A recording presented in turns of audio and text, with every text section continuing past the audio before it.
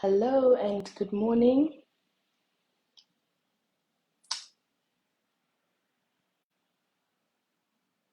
Good morning. My name is Rumbi from Tulia, and I'm just going to be on here just for a couple of minutes with some information regarding our Care for the Carers project that we're doing. So if you're watching this now, hello and good morning.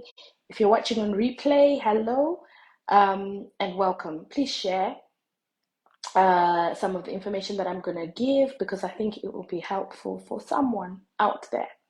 So, good morning, everybody, and thanks for joining. My name is Rumbi Funzawabaya, and I'm a solicitor at Tulia.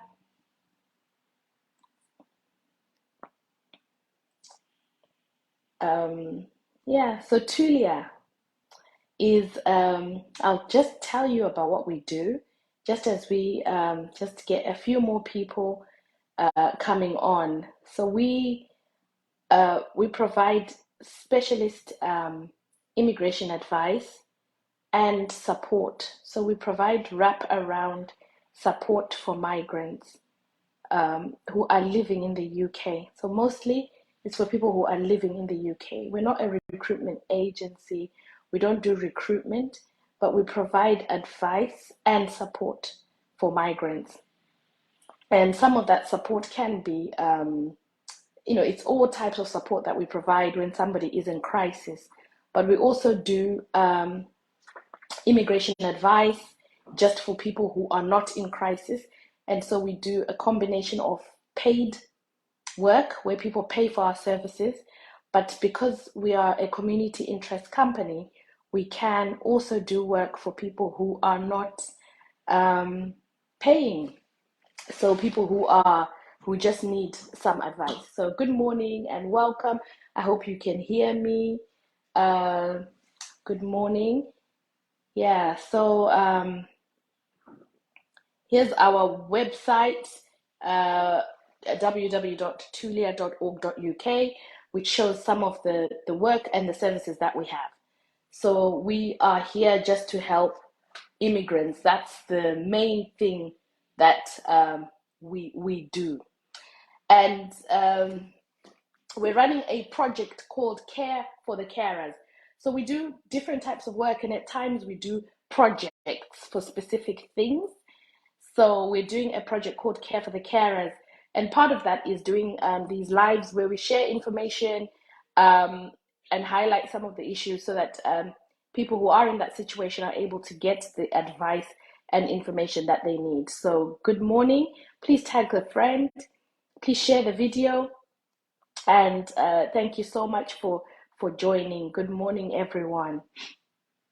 So yesterday I posted, there was an article about the numbers of immigrants who are coming into the UK.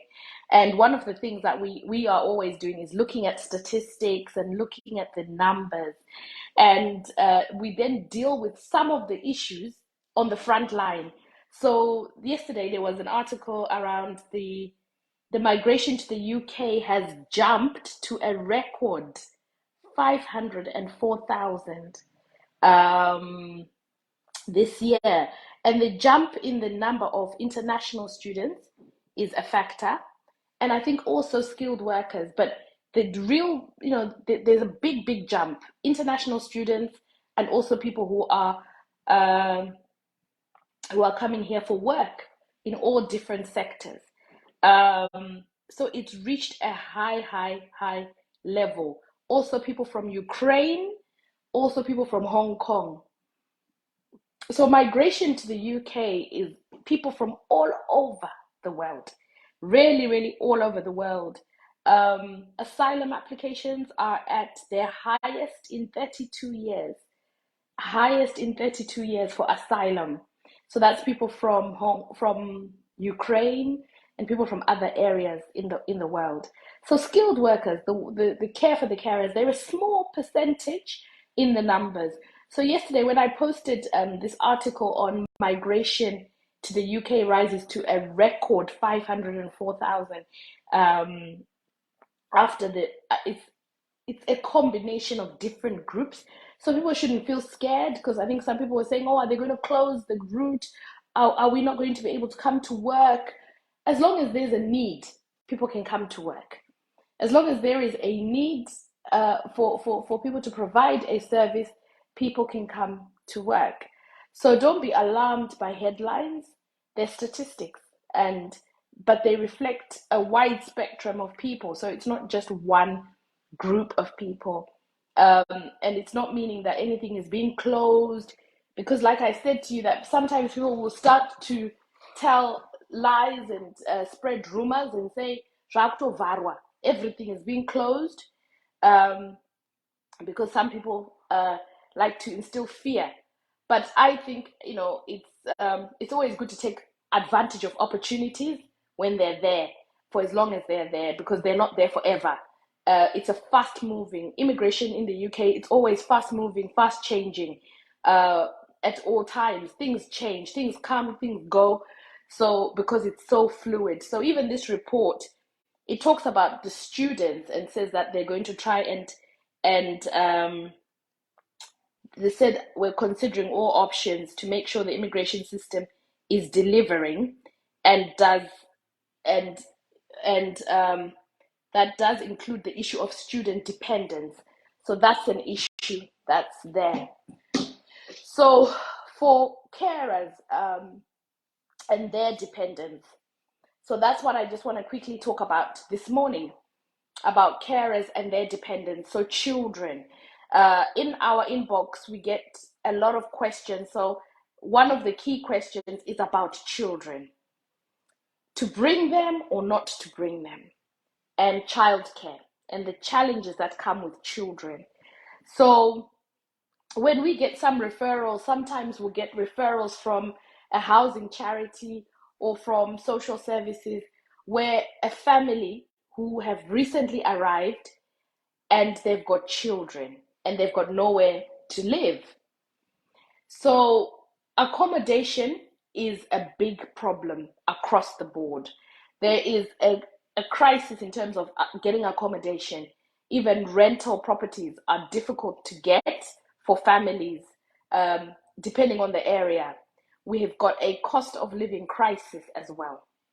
So when people are making the decision to say, should we all just come to the UK at once, um, with the children and the spouse and the person who's applying? So, for example, your children are young.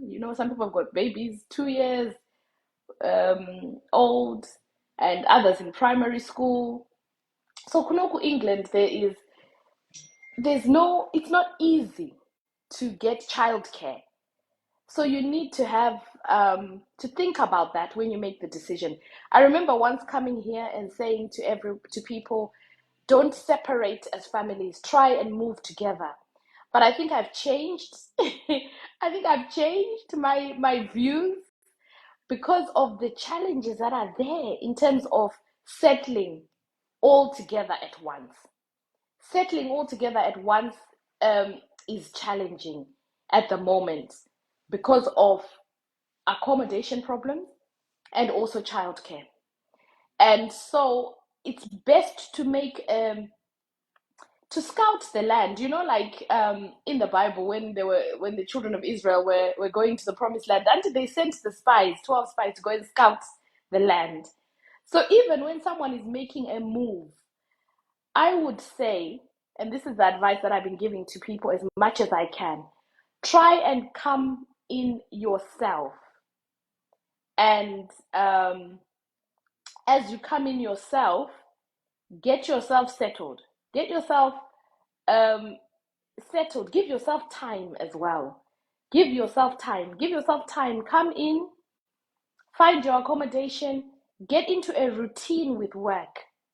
Because when you are moving to a new place and to a new job and to a new environment, it's a period of adjustment.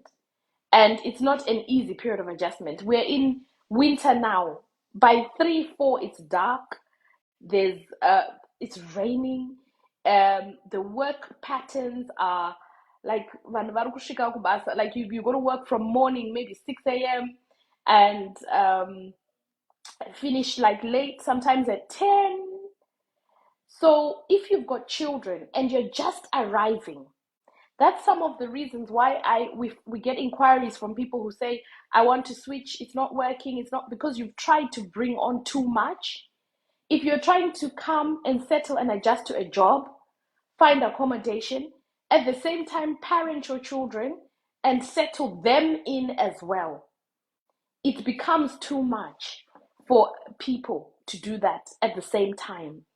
And so it may mean that I would advise people to come in yourself, whichever parent is coming initially, right? And give yourself time. Even if you give yourself 4 months, 5 months, give yourself that time. Could Iwewe as an individual, you adjust first. And then you find the accommodation, and then the family comes to join you. You could even um, yeah, you could give them a few months, because as well you need to find kuti kubasa kwacho kwandiri kuenda, is it working, is it easy, is it not that is it easy, because there's nothing that's easy, right? But do I have enough income, do I have enough hours, am I is it working for me? And then when you see that it's stable, then bring the family, because there are some people who are coming everybody at once, and then they come and find that at the work there is no work, or the conditions are not what they expected, and so now they're moving and switching, but they're trying to switch with the children. Now the children are in school, you're trying to find another job, so it limits even your choices and options, that where there's a new job offer, you can't go because you're thinking of the accommodation, you're thinking of the schools for the children. But if you come and settle and give yourself a good 4 to 5 months, first of all, and then bring the family. When you've got even offers of accommodation, when you've got your pay slips, when you have settled as an individual, and then you make the move for everybody else. That's the advice that I would give. But advice is free, advice is nothing, it's just advice, and you do what you want. I know when my husband and I, when we came here, we didn't come with our son, and he was only 9 months old, and we left him. And I remember absolutely crying, because I weaned him at the airport. Airport. I weaned him at the airport. I came, and when we came, we didn't have proper accommodation. We had just temporary accommodation for one night, but we had to find accommodation when we got here. We didn't know where we were going. It wasn't even like people who knew where they were going now. My husband was a student, and we were not settled, but we gave it time. So we gave it 6 months. And we were able to then get a house, and they were able to come. And when they came arriving in a house. My son and my mother-in-law and my sister-in-law, they all arrived, and my nephew, and they were able to stay in a house. It wasn't the best. We had these blankets from the charity shops. There were these blankets which were itchy on our skin. But it was practical, because my mom-in-law had lived here before. So she knew that we couldn't just get on a plane with a baby and try and come and settle. So that 6 months gave us time to be practical and to get the house, get the things sorted. And then it was even easier. But now accommodation is a big issue. It's difficult to get accommodation. I know somebody has commented here to say accommodation, there's a challenge because the estate agents are not being helpful. So you've got to use every single method that you can to try and get accommodation. Estate agents, newspapers, there's so many websites with different um,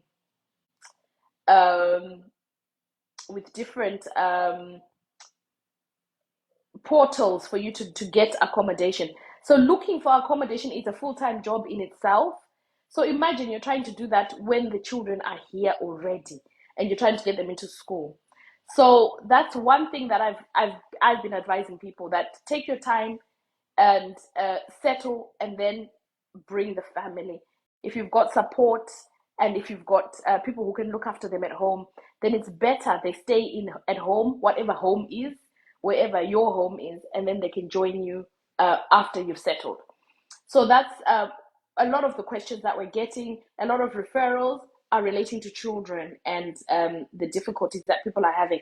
So also, when you fall into crisis with children in this country, or where you're forced to leave your child at home by themselves when you're going to work because you've got no childcare, it also will bring you into trouble. So first of all, it's the accommodation and stuff that's an issue, but then the childcare. So living in most third world countries, most countries, Bangladesh, India, Zimbabwe, all these countries where people are coming from, Philippines, there's a lot of labor, and so getting childcare is not an issue. There's family, there's people. But here in England, we are isolated. You live alone where you are, and if everybody's going to work, everyone is running around after their shifts. So you need childcare. Childcare, like nursery, is quite expensive. So if you I want your child to go full time into nursery, it's expensive. The hours of work are antisocial. So you're starting work early, finishing late, and working weekends. So if you've got children and you're, say, a single mom, or you're both wanting to go to work so that you meet the bills, it's then a challenge. It's with children to look after them if you don't have a plan, or if you don't have other people that you're sharing with, or people that you're working together with to try and find a way to do it. So if you leave the children at home by themselves, that's a criminal offense.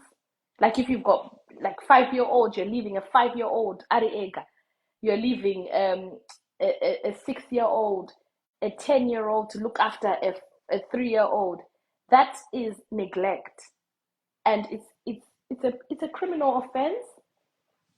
So if the children, if anything happens to them, I there's so many stories of children who were found by themselves when the parents were at work, or they tell the teacher at school, or they open the door and go outside, or the postman sees them, or something happens, then the police are called, and then it becomes an issue. And if it's discovered that you've been doing this often and often, even if you do it even for a short time, guys, it's so dangerous, because it is a crime to leave children unattended.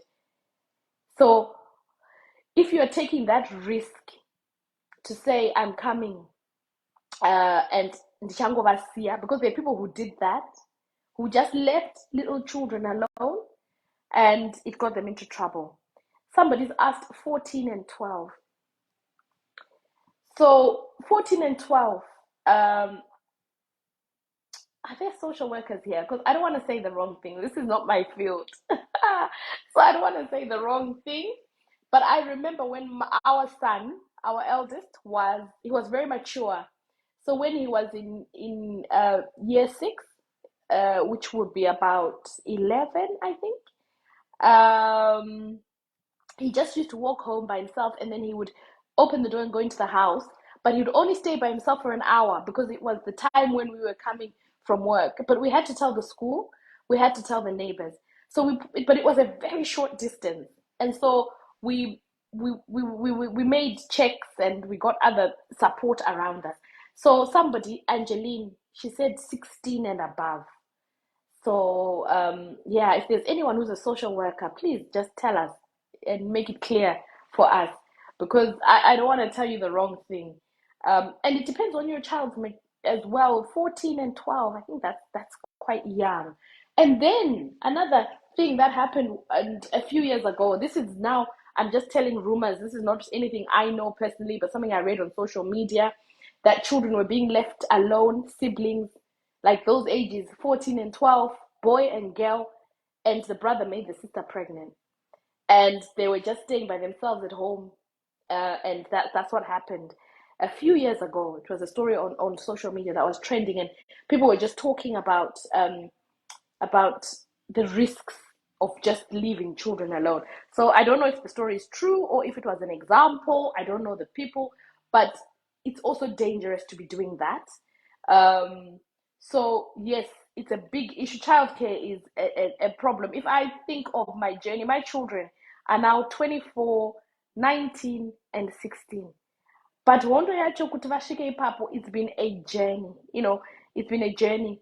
Au pairs, you can use au pairs.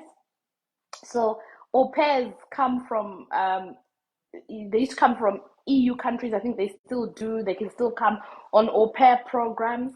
So they stay with you in your house, and then you pay them much less than you'd pay childminders. We also had Rana Gogo, like who would help with babysitting if they're living with their daughter and they're doing extra work. Family who are visiting us just for short time, so they're not working for you, but for that short time that they're there, that they're visiting, and they're just helping. That's been a help, because they're not allowed to work as babysitters, because that would be breaching their conditions as visitors. So a person cannot come here specifically to babysit, because they will now be working. They have to come to visit and to go back. But whilst they're visiting, if they help you with just looking after the kids, that's okay. But you have to be very careful. So uh, I'm not sure about this, Angeline, where you're saying, I've seen Pam. Pam is a social worker. Please comment for us about leaving children alone. You cannot say I'm leaving them when I'm going to work during the day, Angeline, and leave a 6-year old because you're going to work during the day. So no, you can't. It's not that you can only leave them you can't leave them overnight, but even during the day for the little ones, don't risk it. It's not worth it, because you end up losing those children. The social workers are there, and I hope they'll comment, or maybe I'll try and get someone to do a live or an information sheet about that, so that people can just be aware. So yeah, so childcare is a big problem. So when you're making those decisions of um, should I bring the children, what are the plans around childcare? What are you going to do? If you're two, you can definitely help each other and the work around each other. So if one person works days, the other works nights, you're able to switch and help each other. So that's the reality of life here, that you just have to help each other. If you're two of you, if it's a husband and wife, you have to help each other, um, and make sure that you're looking after, you're finding a way to look after the children. If you're single and you've got children, then you've got to try and find ways um, of of of helping, um, of finding the help that you need, from the community, or register childminders, or nursery, but factoring in the costs, or else getting an au pair. Au pairs are really helpful. Mm. Or if I know there's yeah, there's those are some of the things to think about children before they come. So I know it's emotional. I had somebody who inboxed me this morning, and they said, I miss my child, I'm depressed, I've moved here, and I didn't know it was going to be that difficult. It is very difficult. It's very difficult. It's unnatural to live away from your kids. If all their life you've lived with them, and you're now leaving them alone, it's exposing them to abuse from the people who are looking after them. It's risky. Even leaving them there, it's in Zimbabwe or wherever, it's risky, and it exposes the children to harm, emotional, and also maybe even physical harm. but it's not natural to be separated. But all I'm saying is that you need to just factor in those things as you make your move, so that you're not just not thinking about it. So i'm I'm encouraging you to think about it, to make decisions which are practical. But each, it might be, you might say, you know what, we'll just suffer together with our kids, we don't care, I'm just going to come with my children. But it may make it impossible for you to work. And I've heard people saying my sponsors are very, very unreasonable because they're not allowing me to go on school run, to look after the kids, to do this. And as an employer, I think sometimes they will have made it, I hope they will have made it clear the hours they're offering, uh, the the hours that they are trying to cover, and why they are bringing you. So when while they're recruiting someone from abroad who they want to cover certain hours which they may not be able to cover. And so they'll have specifications for the job, I think, and they will have explained to you what they need from you.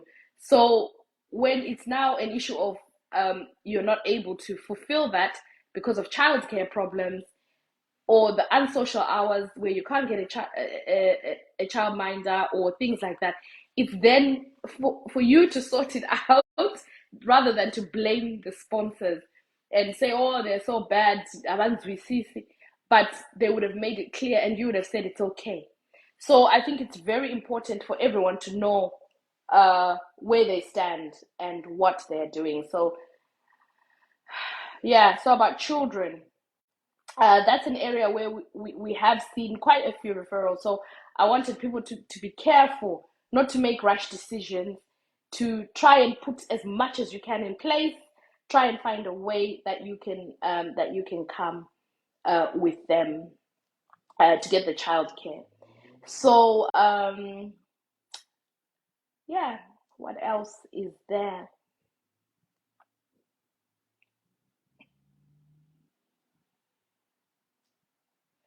Stepchildren. um, and sole responsibility and all of those other issues around kids. I think I will probably do another live on that, and share a little bit more about that, specifically on blended families, and looking at where there's blended families, and looking at where there is where there is um, blended families, um, and where there's sole responsibility for single parents, and where there's conflict with parents. I think I would do just a particular uh, 30 minutes on that, because I'm seeing my time is up. So today was more about planning and looking at childcare costs, and looking at what is available. And I will share an information sheet on some of the childcare solutions that you may think of. I know, you know, in England you are allowed to have, so I um, you're allowed to have, if you've got an unmarried partner, if you've got a spouse, you're able to bring them. But there's also same civil partnerships, so there's also same sex um, marriages here. So even when people are applying for visas, I've had some people who are same sex couples who've applied, and that's helped them, like with their yeah, coming to stay together. But I'll deal with that as well in a different one, because those are some of the major questions that we get. But yeah, just to summarize, just for this morning, it's about the children. Please be careful, because you might need to switch, you might need to move area. So if you're not sure where you're going, don't rush to bring them at that time, because you can end up in crisis. So even some people who've approached us to say, we want to switch, we've been able to, there's some people who came after the live we did last week and said, we've got vacancies, we need people. But they're saying, no, we can't move to that area because we've got the kids. So, so that then becomes a problem, because you're limiting yourself. But if you come by yourself, you're then flexible to move wherever you need to go if it's not working, so that you're able to then look after the children, etc. So, so you know, it's not easy where you're going. And so when you're coming here, perhaps don't rush to come before you know what it's like. And if there are people who are looking to switch, there's some amazing people who've come forward who've said, we've got vacancies, we need people.